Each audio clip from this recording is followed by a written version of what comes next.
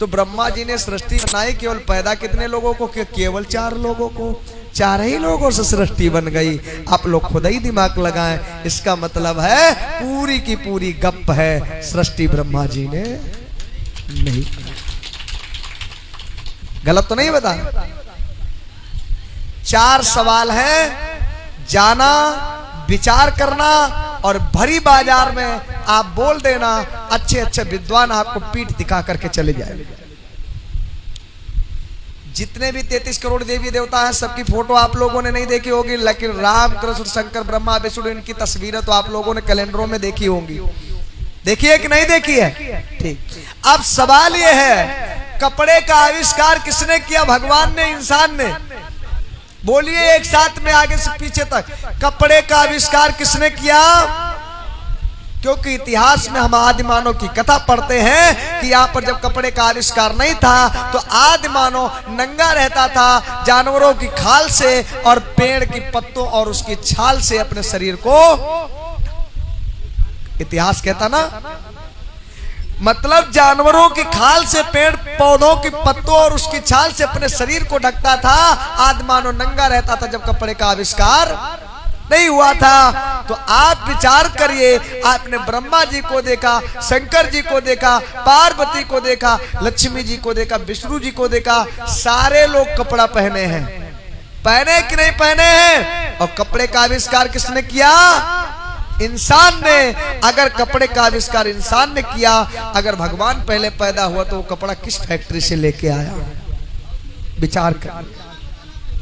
सुनार की दुकान थी नहीं, सोने का आविष्कार हुआ नहीं था, धातुओं का आविष्कार हुआ नहीं था, सुनार की दुकान थी नहीं, तो उस समय भगवान का मुकुट, भगवान के कुंडल, लक्ष्मी जी की नथुनिया, ये किसकी दुकान से आई? किसने गढ़ा था? इसका मतलब सुनार पहले पैदा हुआ। भगवान आटा, दाल, तेल, ये किसने बनाया? किसने बनाया? इंसान ने। और भगवान 56 प्रकार का भोग खाता था। जब लड्डू, बर्फी, मिठाई बनती थी तो चीनी किस फैक्ट्री की जाती थी? कढ़ाई थी नहीं, खोया किस कढ़ाई में उठा जाता था बर्फी बनाने के लिए? चीनी थी नहीं तो किस फैक्ट्री से आती थी? आप लोग विचार कर रहे हैं। चीनी की फैक्ट्री किसने बनाई? चीनी का आविष्कार किसने किया? इंसान ने। और बर्फी का आविष्कार तो ब्रह्मा जी, विष्णु जी, शंकर जी स्वर्ग लोक में रहते थे, तो उनके वहां ब्रह्म जो है क्या नाम, 56 प्रकार का भोजन बनता था। 56 प्रकार के मसाला कौन लेके आया? किसकी दुकान से? जब बनिया था नहीं, सरसों का तेल था नहीं, कोल्हू लगा नहीं था। क्योंकि यंत्रों का आविष्कार किसने किया? इंसान ने किया ना। अगली चीज, इन महल और दुमहले जो मकान हैं, इन मकानों का आविष्कार किसने किया? किसने बनाया? घर मकान किसने बनाए? भगवान ने कि इंसान ने? क्योंकि इतिहास कहता आदि मानव समूह बनाकर, झुंड बनाकर के जंगलों में रहता था। अगर इंसान ने जो है मकानों का आविष्कार किया, घरों का, भवनों का निर्माण इसने किया, आविष्कार इसने किया, तो आपके जो भगवान थे वो महलों में रहते थे, तो उनकी छत डालने कौन जाता था? कौन से मसाला की वो छत बनी थी? सरिया, सीमेंट, गारा, ईंट कहां से आया था?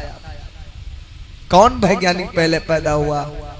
अगली बात, देवताओं की हम बात नहीं कर रहे हैं। देवताओं के राजा जो इंद्र थे, देवताओं के राजा कौन थे? इंद्र। उनके दरबार में नाचने वाली नचनिया, नर्तकी, परियां नाचती थी। उर्वशा, रंभे, मेनका, इसी नाम, ये नाम था।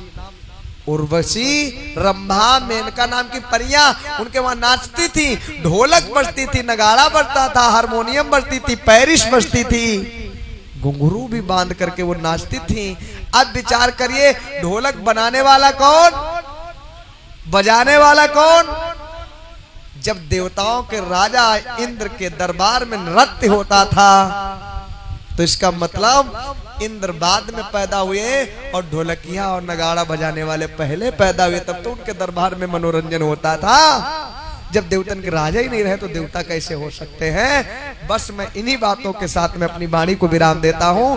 अगर एक भी बात अगर आपको लगे कि ये झूठ है तो अपने दिमाग से कस के मंथन करना, खो तर्क की कसौटी पे कसना, और जब कसोगे तो सत्य निकलेगा कि क्या सही है क्या गलत है। दूध तो सब पैदा करते हैं, दूध खाना सब जानते हैं, लेकिन दूध के अंदर घी छिपा है सबको नजर नहीं आता।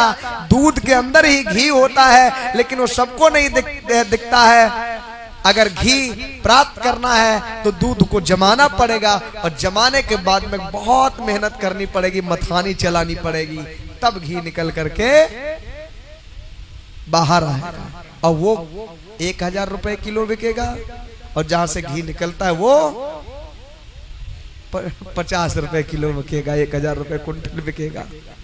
तो ये चीजें हैं, आप लोग समझें और देखें, और अपने समाज में अपने भतीजों को, अपने भाइयों को, अपने बच्चों को ज्यादा से ज्यादा पढ़ाएं। जब अपनी बेटी और बेटा पढ़े लिखे होंगे तो ऑटोमेटिक वो IAS PCS ESP DSP government servant होंगे, कुछ ना कुछ तो जरूर बन जाएंगे। और जब कुछ ना कुछ बन जाएंगे तो आपके परिवार की गरीबी दूर होगी, आपका विकास होगा। जब आपका विकास होगा तो जो आपकी इज्जत नहीं करते वो भी आपकी इज्जत करने लगेंगे।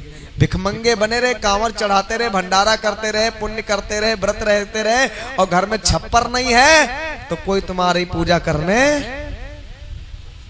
क्योंकि बाप बड़ा ना भैया आज के समय में सबसे बड़ा। हाँ? बहन कुमारी मायावती चमरिया थी कब? जब गरीब थी, और मुख्यमंत्री बन गई तो कहाँ बन गई? चमरिया से। बहन जी सतीश चंद्र मिश्रा जाते थे, सबसे पहले पैर छूने लगे। अगर गरीब होती तो क्या उनको बहन जी कहता कोई? बोलिए, कहता कोई?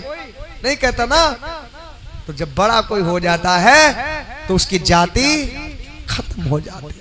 बाबा साहब नीच थे, चमार थे, सब कुछ थे। महात्मा गांधी भी कहते थे कि नीच है, कि वो चमार नहीं महार थे, मैंने अभी बताया था। बाबा साहब नीच थे, शूद्र थे, सब कुछ थे। महात्मा गांधी, नेहरू सब जानते थे, लेकिन बाबा साहब के पास जब 32 डिग्रियां हो गई, वो डॉक्टर, मास्टर और बैरिस्टर सब कुछ बन गए, तो नेहरू जी ने सबसे पहले अपनी मौसी की बिटिया उनके संग ब्याह दी। जो बाबा साहब की दूसरी पत्नी थी सविताबाई, वो पंडित जवाहरलाल नेहरू की सगी मौसी की बिटिया थी। वैसे वो नीच थे, और जब वो सक्षम हो गए तो सबसे पहले अपनी बिटिया भी आए दिए। ये समझिए, जब सक्षम हो जाएंगे तो आपकी जाति खत्म हो जाएगी। अगर आप गरीब है तो किसी भी बिरादरी के हो, इज्जत आपकी। ये जमाना है। और सक्षम आप कब होंगे? हवन यज्ञ का भंडारा कांवर ढोने से नहीं। सुबह 2 घंटियां बजती हैं, एक विद्यालय की और एक देवालय की। देवालय मतलब मंदिर की, एक स्कूल की और एक मंदिर की। मंदिर जाओगे भिखारी बनोगे, स्कूल जाओगे अधिकारी बनोगे। अब तुम्हें क्या बनना है? कौन सी घंटी की तरफ भागना है? मंदिर वाली घंटी की तरफ या स्कूल वाली घंटी की तरफ? ये आपके ऊपर निर्भर करता है। जैसा आप चाहें वैसा बन सकते हैं। हम नहीं कहते कि, मैंने अभी बताया था कि तुलसीदास जी ने अपने रामचरितमानस में लिखा है कि सकल पदार्थ है जगमाही, कर्महीन नर पावत नाही। दुनिया में सब कुछ है, आप प्राप्त करना चाहो तो सब कुछ प्राप्त हो सकता है, लेकिन कब? जब मेहनत करेंगे, परिश्रम करेंगे तब।